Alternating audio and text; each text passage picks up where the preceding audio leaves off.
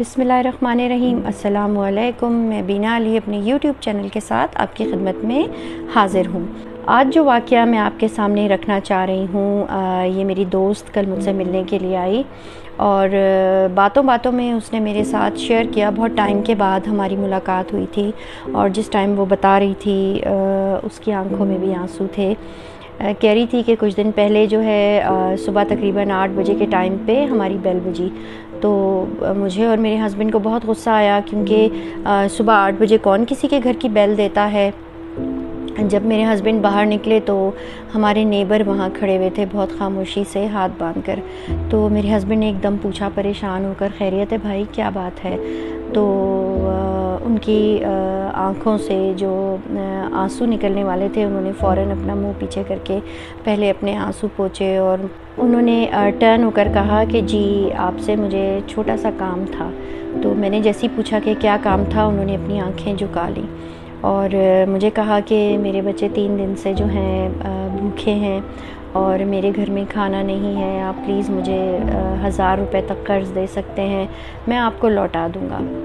तो मेरी फ्रेंड बता रही थी कि उनके हस्बैंड कहते हैं कि मैं अंदर तक लरज़ गया कि मैं कैसा इंसान हूँ कि मेरे हमसाये के घर में 3 दिन से खाना नहीं बना। उसके छोटे छोटे 3 बच्चे हैं, एक तो महीना हुआ था उसकी पैदाइश हुई थी।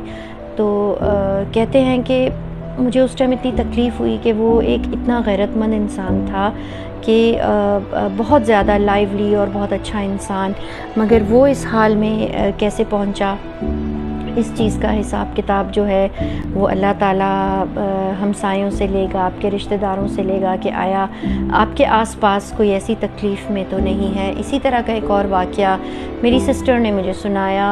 अब देखें, ये तो मैं पाकिस्तान की बात कर रही थी, अब मैं आपसे दुबई की बात करती हूँ कि उनके दरवाज़े पर नॉक हुआ, उनके हस्बैंड बाहर गए तो उनके जानने वाले नेबर्स में से ही कोई बंदे खड़े हुए थे और वो प्रॉपर तरीके से देख नहीं पा रहे थे।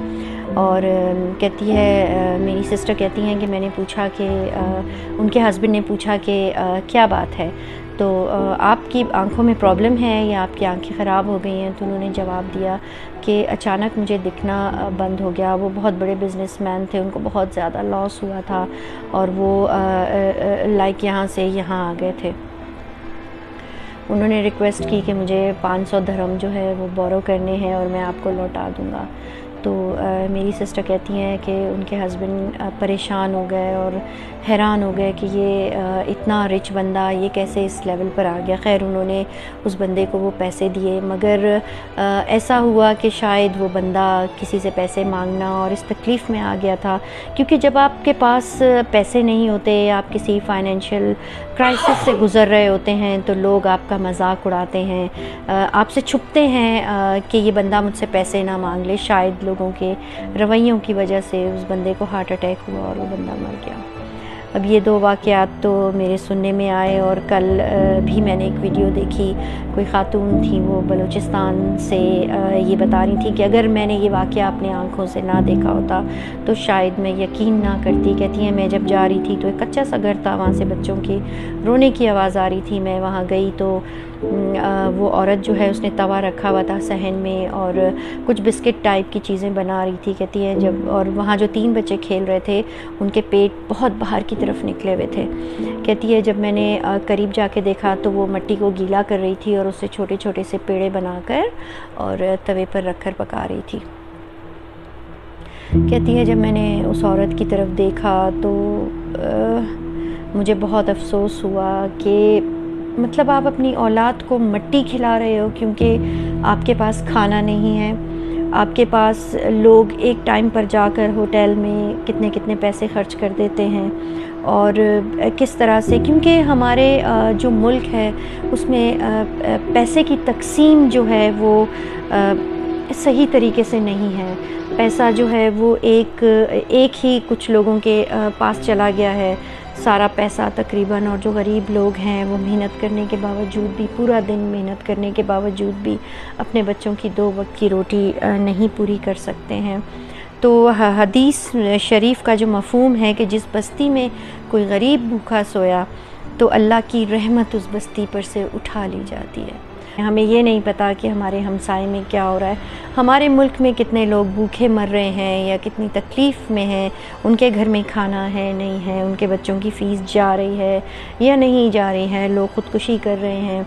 हमारे नौजवान जिनको काम करना चाहिए इस मुल्क को आगे बढ़ाने के लिए, वो नारे लगा रहे हैं और रोड पर निकल गए हैं। हमारे पॉलिटिशियंस जो हैं, कोई भी हो, जितने भी पॉलिटिशियंस हैं हमारे आसपास, वो सब जो हैं नौजवानों को सिर्फ इस्तेमाल कर रहे हैं कि हम उनके जयाले हैं, हम उनके लिए जान भी दे सकते हैं। आप जान दो मगर उसके बदले में आपको कुछ मिले, तो आपके घर का चूल्हा तो जले, आपके घर में खाना तो पके। जो जवान जो हैं वो इंटरनेट पर बैठकर पैसा कमा सकते हैं और इस मुल्क के हालात बदल सकते हैं। हम अपने कर्ज़े दे सकते हैं अगर हमारा हर नौजवान और हर इंसान काम करना शुरू कर दे, तो हम अपने इस मुल्क को क्राइसिस से निकाल सकते हैं। मगर हमारा अलमिया ये है कि हम नारेबाजी में लगे हुए हैं। हमें कोशिश करनी है कि हम अपने आसपास देखें, कोई तकलीफ़ में है, कोई परेशानी में है तो उसकी मदद करें। बहुत शुक्रिया।